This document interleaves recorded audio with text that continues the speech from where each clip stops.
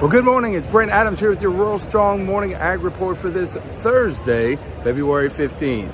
Here at the National Farm Machinery Show in Louisville, Kentucky, where we're ready for another big day of action. Leading off the headlines this morning. U.S. Agriculture Secretary Tom Vilsack says each day without a new farm bill adds to uncertainty for producers. Here with the details is USDA Radio's Gary Crawford. Every farmer and everyone who lives in rural America depends in large part on the Farm Bill programs. Agriculture Secretary Tom Vilsack telling the House Ag Committee Wednesday that the Farm Bill is more than just a farm bill. It's a rural development bill, it's a conservation bill, it's a nutrition bill, it's a research bill, it's a trade bill. It is a broad opportunity to say to rural America and American agriculture that we care, that we're investing in their future and we're providing stability. But of course, Congress last year failed to pass a new bill, instead extending the old one for a year while working on a new bill.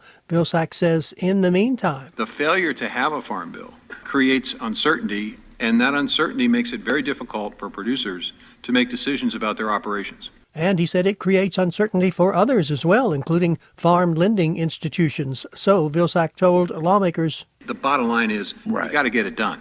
This is Gary Crawford reporting for the U.S. Department of Agriculture. Well, sparks flew at the House Ag Committee hearing as Democrats and Republicans stood their ground on farm bill differences, and Vilsack defended his handling of existing programs. Vilsack immediately came under election year fire from Ag Chair G.T. Thompson. In what seemingly is a daily occurrence, taxpayer dollars are being sent to every corner of the country, yet nothing has changed. We're not producing more fertilizer. We're not reducing the cost of production. We're not making food more affordable. However, we are burdening the taxpayer. We're losing ground on the world stage, and we are a net agricultural importer. Vilsack had a different view. The last 3 years of net cash farm income were record-setting. The best 3 years in the last 50 years in this country. This year's income projected at just below historical norms will make it the best 4 years in recent history. But Republicans argued farm income was down last year, while USDA data projects an even sharper drop on lower prices this year. Vilsack jousted with Republicans on everything from grocery prices to SNAP cuts and echoed panel Democrats that the answer is not to pair SNAP and IRA climate dollars that boost farm income. Ag Appropriations talks about an 18% cut to our budget, so you can do the math. Maintain the IRA funding. Let's get a budget. Pass a farm bill so there's certainty in terms of the programs. But almost halfway through a one-year farm bill extension, Chair Thompson admitted the obvious. There remain significant headwinds to Congress's success. It is virtually impossible to create a robust and resilient farm safety net without significant investment. And so far, Ag Democrats insist Republicans must take no for an answer on repurposing SNAP or climate spending for safety net programs. Well, the USDA on Wednesday released the latest edition of its 10-year ag production and economic projections. Here are some of the key findings is USDA Radio's Rod Bain. What are some of USDA's agricultural projections going out over the next 10 years? For macroeconomic assumptions, economic growth remains positive over the projection period, but the global growth rates still kind of contract over the long term compared to before. But negative ramifications for Russia's war on Ukraine are diminishing, and food and energy prices have come down from wartime heights. Joe Cooper of the Office of the Chief Economist with the latest 10-year baseline projections going to the year 2033. In terms of long-term projections for various commodities, Across the board, crop prices are falling from the 23-24 crop year before leveling out into the end of their projection period in 2033. Production for all main animal products rise over their projection period. with prices for meat products expected to vary during the 10-year projection period.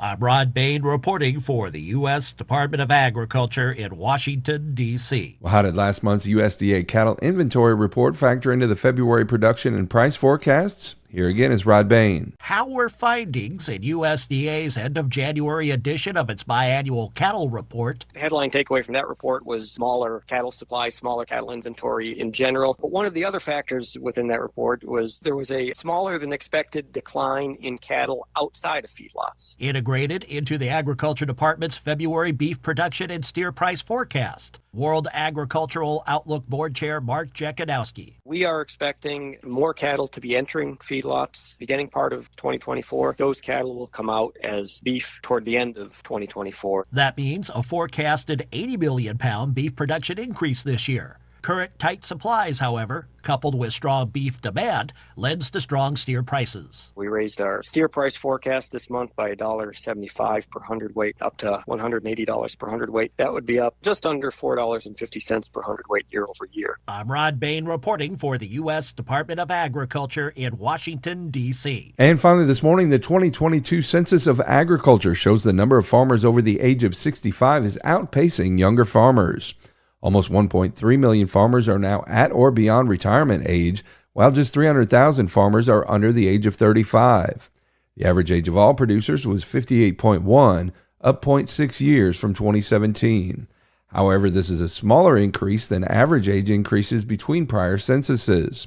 There were just over 1 million farmers with 10 or fewer years of experience, an increase in the number of beginning farmers from 2017 of 11%.